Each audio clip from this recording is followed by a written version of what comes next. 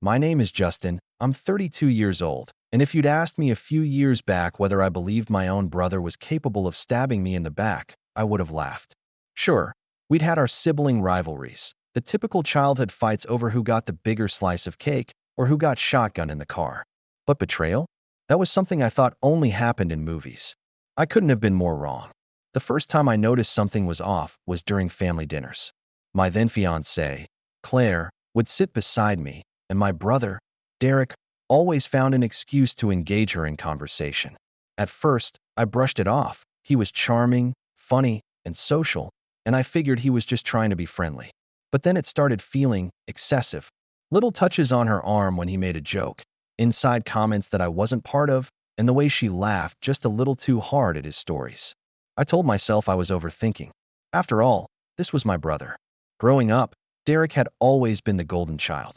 He was 2 years older, taller, more athletic, and my parents doted on him. He was captain of the basketball team in high school, while I was more of a bookworm who kept to myself. At family gatherings, conversations always seemed to circle back to Derek's accomplishments. My dad especially made no effort to hide his favoritism. "That's my boy," he'd say proudly whenever Derek walked into a room. Me?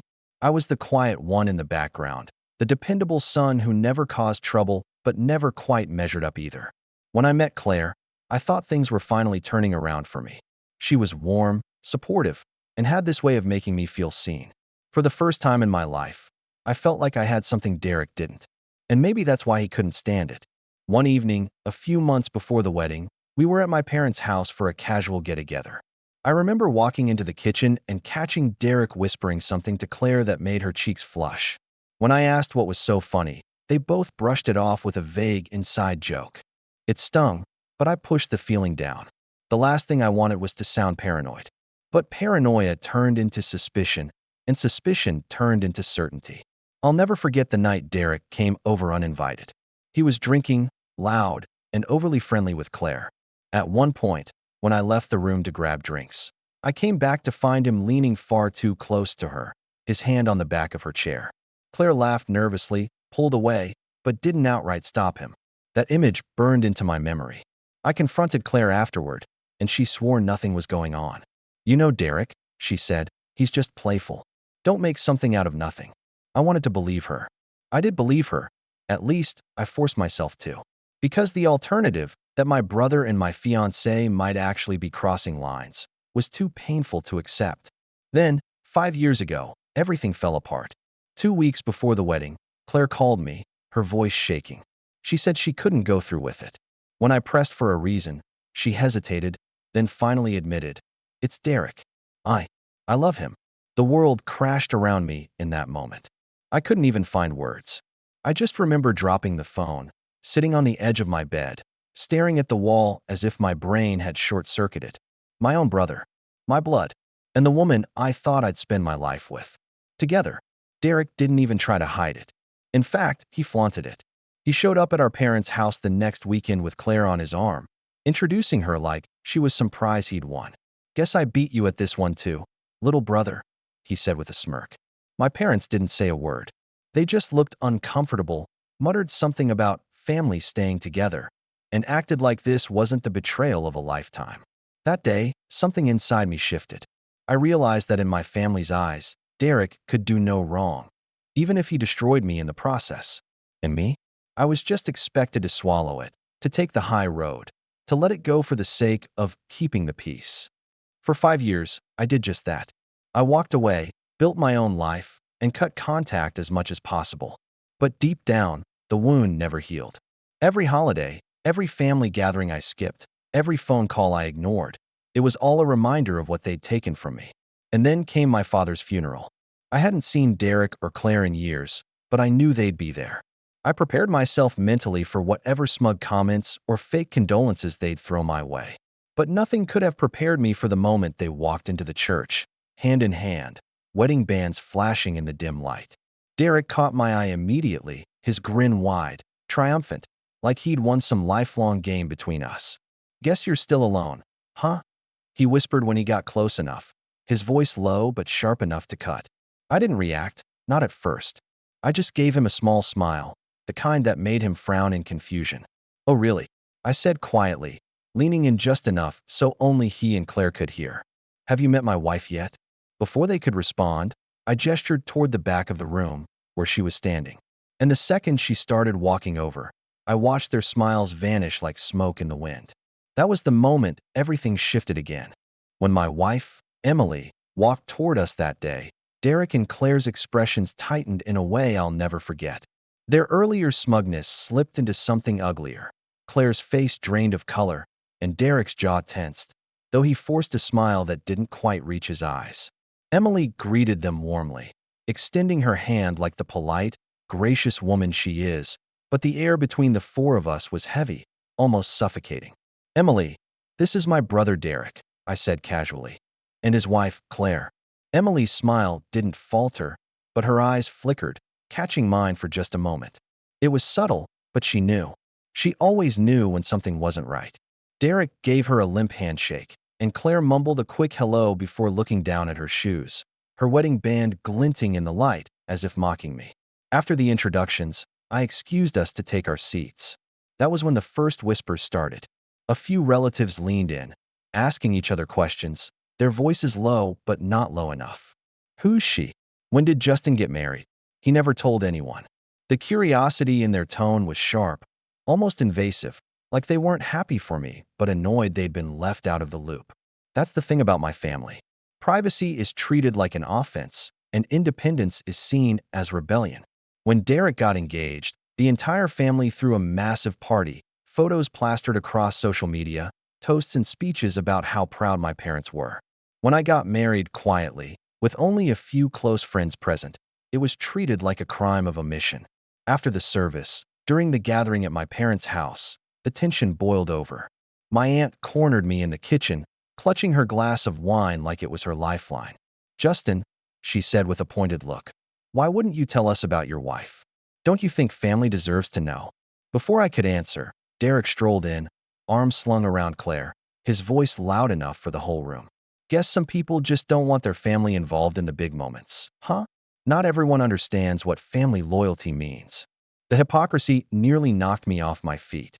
This was the same brother who had stolen my fiancée and paraded her in front of me. But now he was lecturing me about loyalty? I clenched my jaw, forcing a tight smile, unwilling to give him the satisfaction of a reaction. Claire, emboldened by Derek's words, chimed in with a brittle laugh. It's okay, Derek. Maybe Justin just didn't think anyone would care. Her tone was syrupy, but the knife underneath was sharp enough to cut. My mother, who had been hovering nearby, sighed in that disappointed way only she could, shaking her head like I was a stubborn child. You always did keep too many secrets, Justin. We're your family. We should have been there. No one said a word about Derek parading his betrayal in front of me years ago. No one acknowledged the pain of what I'd endured. Instead, somehow, I was the problem again. Emily, sensing my growing anger, slipped her hand into mine under the table later, giving it a gentle squeeze. Don't let them get to you, she whispered. But how could I not? Every word felt like another reminder that in this family, Derek could do no wrong, and I could do no right. The favoritism was suffocating. Derek was being praised all night for how strong he was, handling Dad's passing while supporting his wife. At one point, my uncle actually said, Derek, you've always been the rock of this family. The rock. The same man who had crushed me to build himself up. Meanwhile, relatives kept pulling Emily aside, asking invasive questions about where she was from, what she did, why no one had heard of her until now. It wasn't curiosity, it was suspicion. They were probing her like she was some stranger who had infiltrated their perfect circle, instead of the woman who had been my anchor for years. At dinner, Derek made sure to sit across from us, his eyes constantly flicking toward Emily. Every time she spoke, he'd interrupt with a smug comment or a story about himself, steering the attention back to him. Claire, too, couldn't stop glancing at Emily with thinly veiled disdain, like she couldn't believe I had moved on, let alone with someone so poised and confident. When dessert came out, my mother made a point to hand Derek the first slice of pie, her voice warm with affection. You've been through so much, sweetheart. You deserve this. She didn't even acknowledge Emily or me, like we were invisible. It was then that I realized something deeper than anger was settling inside me. A cold, calm understanding. I had always been the scapegoat, the expendable one, the one expected to roll over and accept whatever scraps were thrown my way. And maybe for years, I had done just that. But not anymore. As Derek raised his glass in a mock toast, smirking across the table at me like he'd won some unspoken war, I caught Emily's eye. She gave me the faintest nod, and I knew she understood what I was feeling. Something was shifting. The tension was building, like a storm gathering on the horizon. And Derek, smug, arrogant Derek, had no idea what was coming. The evening stretched on, but instead of softening, the atmosphere grew sharper, like a knife pressed just under the skin. The conversations blurred around me, distant voices, clinking glasses, the scrape of silverware, but my focus stayed fixed on Derek and Claire. They seemed determined to make sure every second of my presence felt unwelcome. It started subtly enough. Claire leaned in close to Derek, whispering something that made him laugh just loud enough to draw attention. Then, like clockwork, his eyes would flick toward Emily, gauging her reaction. When she stayed composed, he upped the ante.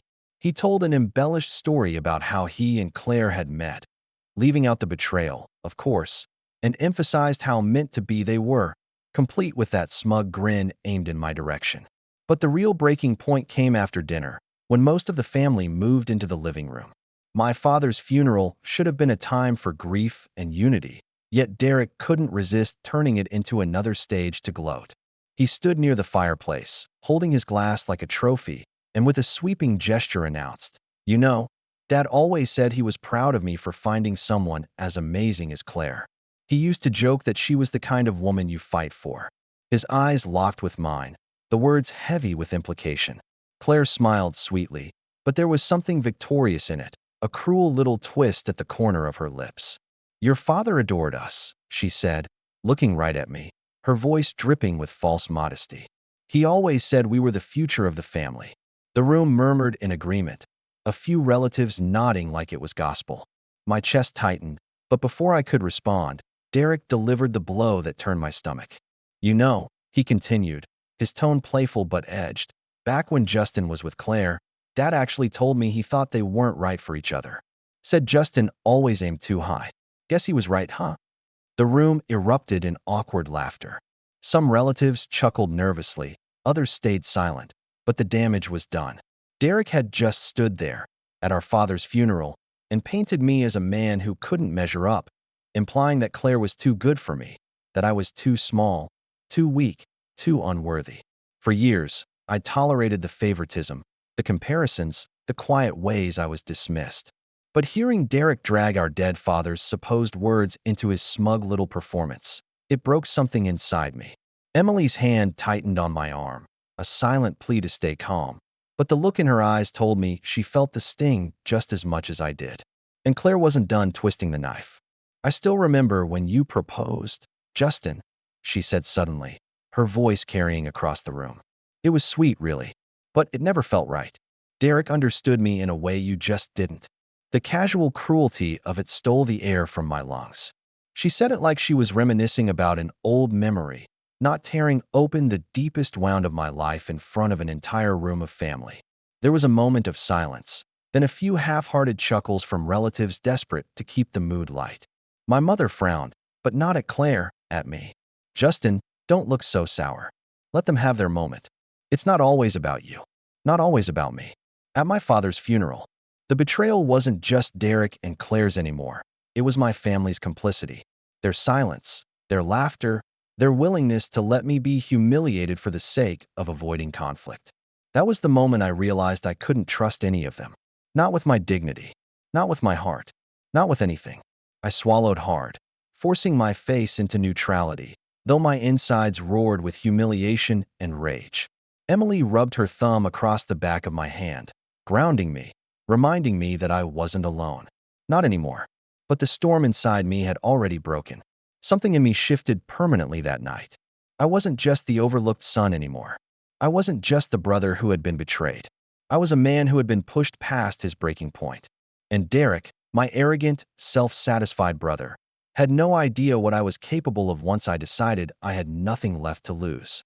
The night of the funeral gathering burned itself into my memory like a scar. By the time the last relative had shuffled out, offering Derek and Claire teary-eyed hugs and words of admiration. I felt like a ghost in my own family's house. No one asked if I was okay. No one checked in on me. Their own son, who had just buried his father. All the attention orbited Derek, as though he were the grieving hero and I was nothing but a shadow at the edge of the room. I drove Emily and myself home in silence, my hands gripping the wheel until my knuckles turned white. She didn't push me to talk. She never did. That was one of the things I loved most about her. She let me breathe, let me sit with the pain until I was ready to let it out. Still, I could feel her watching me, her quiet strength seeping into the cracks where I felt I was breaking. When we finally got home, I went straight to the bedroom and sat on the edge of the bed, staring at the floor. The house was dark except for the faint glow of the streetlights filtering through the curtains. My chest felt heavy, like someone had stacked bricks on it. The words Derek had spoken, "Dad always said Justin aimed too high," echoed over and over, each repetition cutting deeper than the last. The truth was, I had spent my whole life trying to prove myself in a family that never seemed to want me to succeed. I got good grades, worked steady jobs, and lived responsibly, but it was never enough. Derek's smallest achievements were celebrated like triumphs, while mine barely earned a nod. And now, even in death, my father's memory was being weaponized against me. That night, I barely slept. I lay awake, staring at the ceiling, replaying every moment of betrayal. Claire's smirk, Derek's gloating, my mother's dismissive scolding, the nervous chuckles from the room as they all let me be humiliated. It wasn't just one betrayal. It was years of being cast aside, all culminating in that one unbearable evening. For the next few weeks, I withdrew from everyone. I stopped answering calls from relatives. I didn't respond to texts that said things like, "Derek is really struggling. You should check in on him," as though I had some responsibility to comfort the very person who had destroyed me. I buried myself in work, long hours at the office that left me exhausted enough to collapse into bed without thinking too much. Even Emily, patient as she was, started to worry. "You can't let them keep doing this to you," she said one evening as we sat at the kitchen table. Her hand rested gently on mine, her eyes soft but steady. "They'll keep tearing you down if you give them the chance. You need to decide what's more important, being part of their approval or protecting yourself." Her words hit hard because I knew she was right. For years, I had been desperate for scraps of recognition, even when it came at the cost of my dignity. But what had it ever earned me? A lifetime of being overlooked, mocked, and betrayed. Still, the pain was raw. I couldn't just flip a switch and be free of it. I walked around like a man carrying an invisible weight, one that made even simple tasks feel heavy. Grocery shopping, answering emails, even grabbing coffee with a colleague. It all felt hollow, like I was going through motions without any real purpose. One Saturday, I sat alone in the living room, flipping through an old photo album my mother had given me years ago. Page after page was filled with Derek, his basketball games, his birthdays, his milestones. My pictures were sparse, small, tucked into corners, like afterthoughts. For the first time, I didn't feel sadness when I saw the imbalance. I felt clarity. It hit me. I didn't belong to them. Not really. I was their son, their brother, but I had never been treated like part of their story. I was the backdrop to Derek's spotlight. And the only way to stop being cast as the supporting character was to step out of the play entirely. That night, I told Emily I wanted distance. Real distance. From my family, from their drama, from the endless cycle of favoritism and betrayal. She nodded without hesitation. "Then we'll make that distance," she said simply. It wasn't a grand declaration of revenge, not yet. It was survival. It was choosing to breathe without their shadow choking me. But deep down, as I lay awake again that night, the beginnings of something sharper began to form. I didn't just want distance. I wanted them to know what it felt like to be invisible. I wanted Derek, especially, to understand the emptiness he had shoved onto me all my life. And while I hadn't yet figured out how, I knew one thing with absolute certainty. The next time Derek tried to play his games, I wouldn't be the quiet brother in the background anymore. When I look back now, the months after my father's funeral were the darkest, but also the most defining. Walking away from my family left a hollow space inside me at first, an ache where duty and connection used to live. But that emptiness slowly transformed into something else, room to breathe. For the first time in my life, I had space to build something that wasn't constantly compared to Derek. At first, I threw myself into work simply to numb the pain. I was a project manager at a mid-sized firm, good at my job, but never particularly ambitious.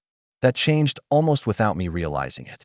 I stayed later at the office, took on extra projects, and started volunteering for the responsibilities others avoided. I thought I was just distracting myself, but in reality, I was sharpening skills, gaining confidence, and showing the higher-ups what I was capable of.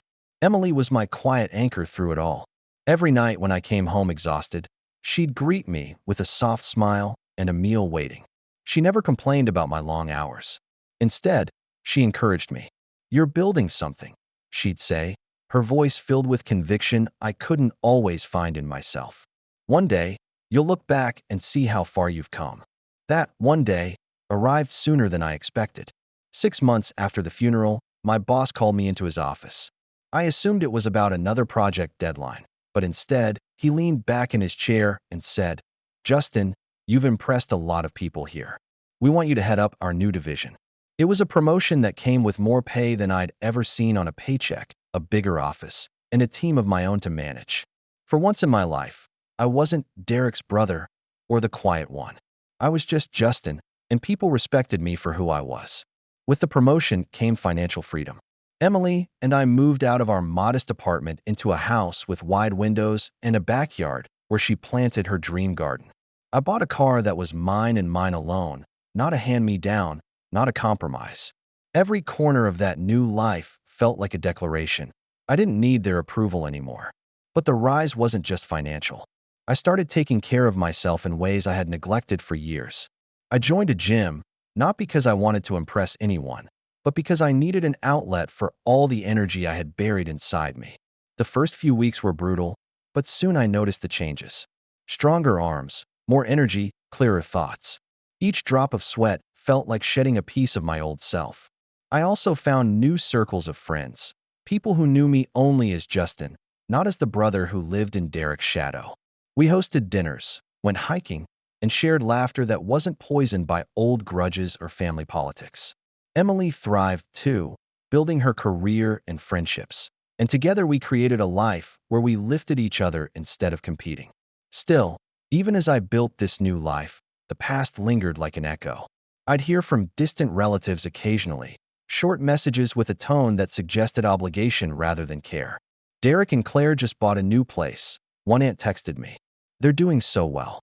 Another sent me a photo of them at a family gathering, smiling with glasses raised. The subtext was always the same: Derek is winning. Derek is the favorite, and you're not here. The difference now was that those messages didn't cut me the way they once did. They stung, yes, but I no longer felt like I was drowning under the weight of them. Instead, they fueled something different, a resolve. Because while Derek was busy basking in the same old family spotlight, I was building something real, something lasting, outside of their approval. 2 years into this new life, my success had grown to a point I never could have imagined back when I was suffocating under Derek's shadow. I was leading major projects at work, my name appearing in industry articles. My income had tripled, Emily's career was flourishing, and we traveled often: Italy, Greece, the coastlines we'd always dreamed of seeing. And yet, the one constant in my mind was the look on Derek's face at the funeral when Emily walked into the room. The smugness fading, the confusion, the realization that for once, I had something he couldn't immediately belittle. That memory stayed with me, reminding me that one day, inevitably, our worlds would collide again. The thought didn't fill me with dread anymore. It filled me with a quiet anticipation. Because this time, I wasn't the brother who had been left behind. This time, I had power, success, stability, and a life worth protecting. And I knew, deep down, that Derek and Claire wouldn't be able to resist trying to tear it down. They never could stand my happiness. The question was, when they came for me again, and I knew they would, how would I respond? It was about 3 years after the funeral when Derek and Claire found their way back into my life. By then, Emily and I were settled into the rhythm of our new reality. I had moved beyond just surviving. I was thriving. Work was no longer just a job, but a career, with my division consistently outperforming others. My name had started to carry weight in the industry, and with that came invitations to conferences, partnerships, and a growing network of powerful contacts. One autumn afternoon, as I sat in my office reviewing quarterly reports, my phone buzzed with a message from an unfamiliar number. It was short, almost casual, but my stomach dropped when I read it. "Hey, Justin. It's Derek. We should talk." I stared at the screen for a long moment, my jaw tightening. We hadn't spoken since that night at the funeral gathering, and the audacity of him reaching out like nothing had happened was almost laughable. Against my better judgment, curiosity got the better of me, and I typed back, "What do you want?" His reply came quickly. "Let's grab coffee. I've got something you'll want to hear." Emily raised an eyebrow when I told her. "This smells like trouble," she said, setting down the book she'd been reading. "You don't owe him anything." She was right. I didn't. But part of me wanted to see what angle he was playing this time, not out of obligation but strategy. I wasn't the same man who had once been blindsided by his betrayal. If Derek thought he could manipulate me again, he was in for a surprise. We met a week later at a downtown cafe. Derek walked in looking sharper than I remembered, tailored suit, polished shoes. But there was something strained about his expression. He tried to mask it with charm, flashing the same grin that had always won people over, but I noticed the slight tightness around his eyes, the way his hands fidgeted before he extended one to shake mine. "Justin," he said warmly, as though we were old friends. "It's been too long." "Not long enough," I replied evenly, though I gestured for him to sit. He chuckled like I'd made a joke. "Fair enough." For a few minutes, we exchanged pleasantries, but then Derek leaned forward, his voice dropping. "Look, I'll get to the point. Things haven't been easy lately." He paused, glancing out the window before meeting my eyes. "The business Claire and I invested in, it's struggling. We've had some setbacks." I said nothing, waiting. He cleared his throat. "You've done well for yourself, clearly. Word gets around. You're managing big projects, making good money. I was thinking maybe you could." He hesitated, then finally said it. "Help us out." The audacity almost made me laugh. Derek, the golden child, asking me for help?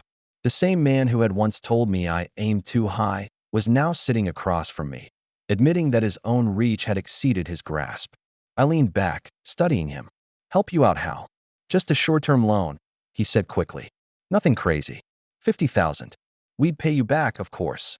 The old me, the one desperate for scraps of validation, might have considered it, might have thought this was an olive branch. But the man sitting across from him now knew better. This wasn't about reconciliation. This was about convenience. Derek needed something, and for once, he thought I might be useful. I didn't answer right away. Instead, I filed the information away, every detail a puzzle piece. Derek and Claire weren't invincible. Their perfect little life had cracks in it, and now I knew exactly where to press. Over the next few weeks, I started to dig quietly. I had contacts now, lawyers, financial advisors, people who knew how to look into businesses. What I learned confirmed my suspicions. Derek and Claire had sunk a large portion of their savings into a boutique real estate venture, one that was bleeding money. They'd leveraged nearly everything to make it work, betting big on their charm and connections. But the market had turned against them. They weren't just struggling, they were drowning. The knowledge gave me something I hadn't felt in years: control. For so long, Derek had held the power, twisting it like a knife to remind me of my place. But now, the roles were shifting. I didn't rush. Patience was something I'd learned the hard way. Instead of acting immediately, I played the part of the hesitant brother. I met Derek again, listened to his stories, nodded sympathetically while he painted himself as the victim of bad luck. Claire even called me once, her tone dripping with forced sweetness as she suggested we all get together as family again. But beneath it all, I could feel the desperation. They needed me more than they wanted to admit. And I knew, sooner or later, they'd push harder. Emily noticed the change in me. One evening as we walked through our garden, she asked, "You're planning something, aren't you?"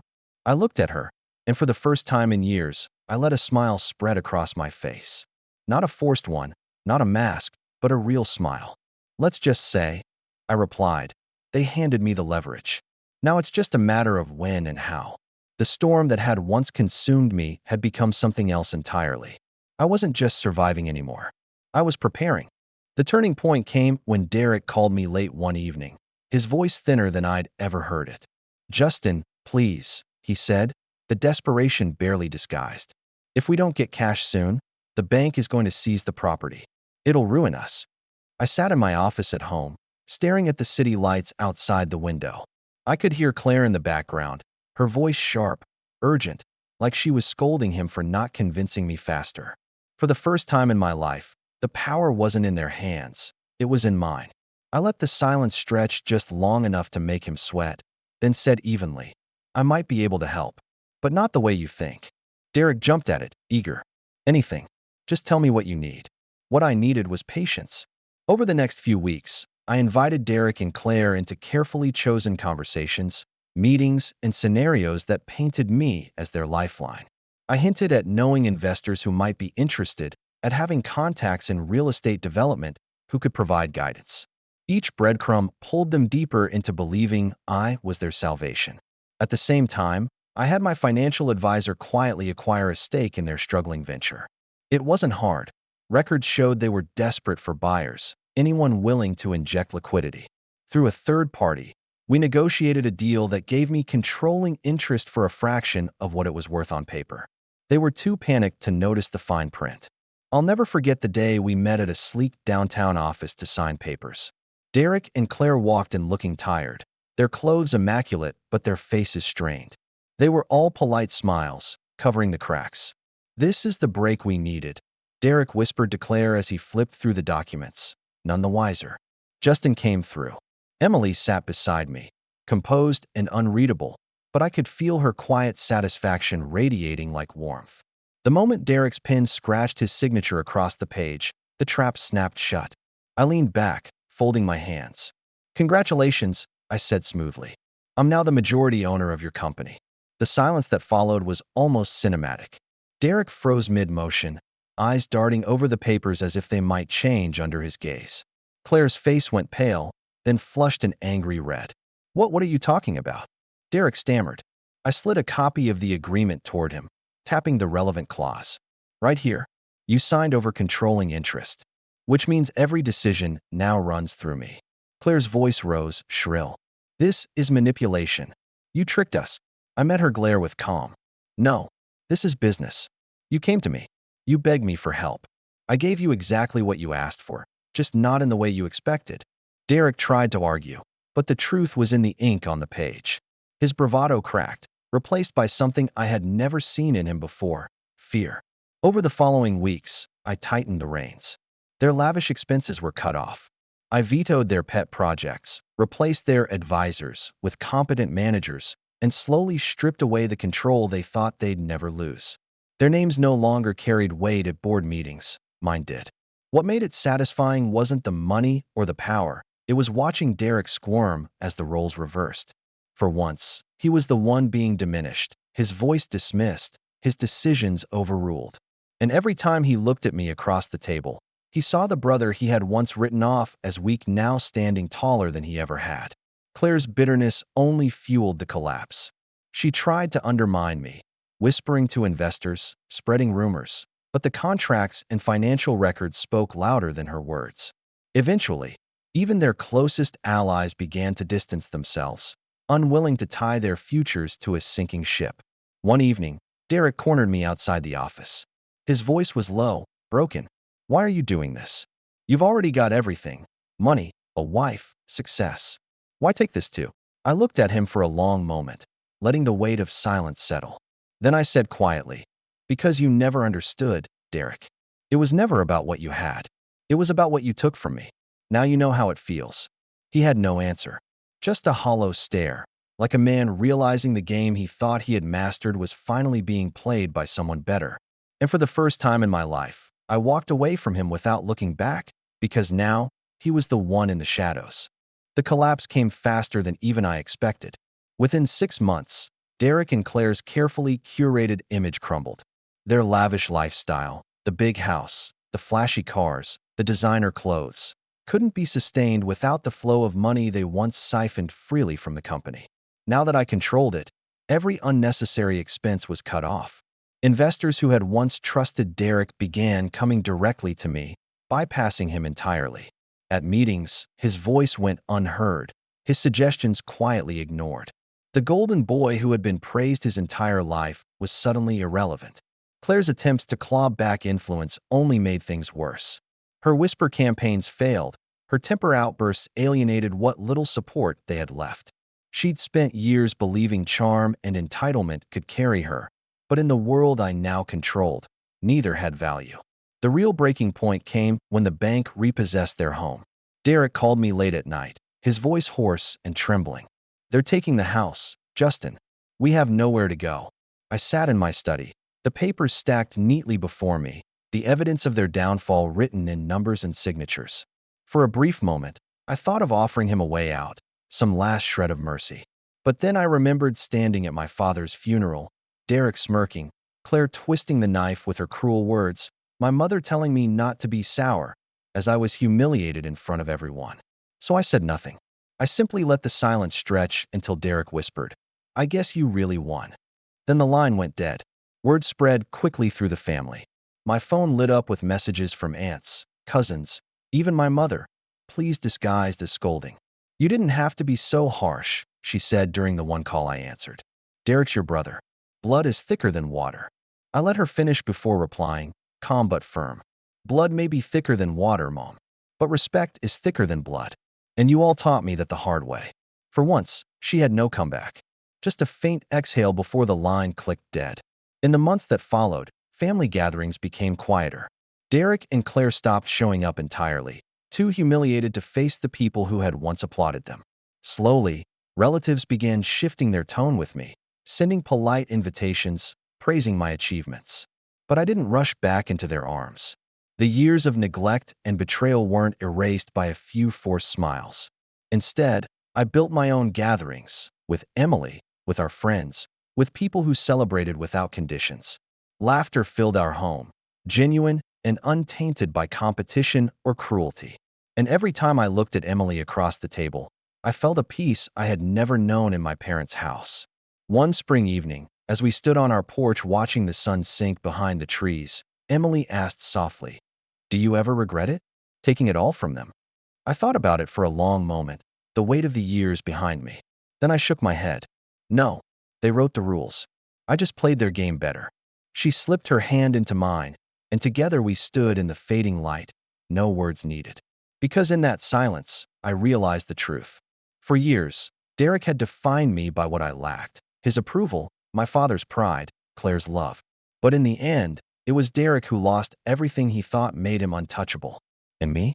I had gained more than I ever dreamed. Not just success, not just revenge. I had freedom, and that was the final victory.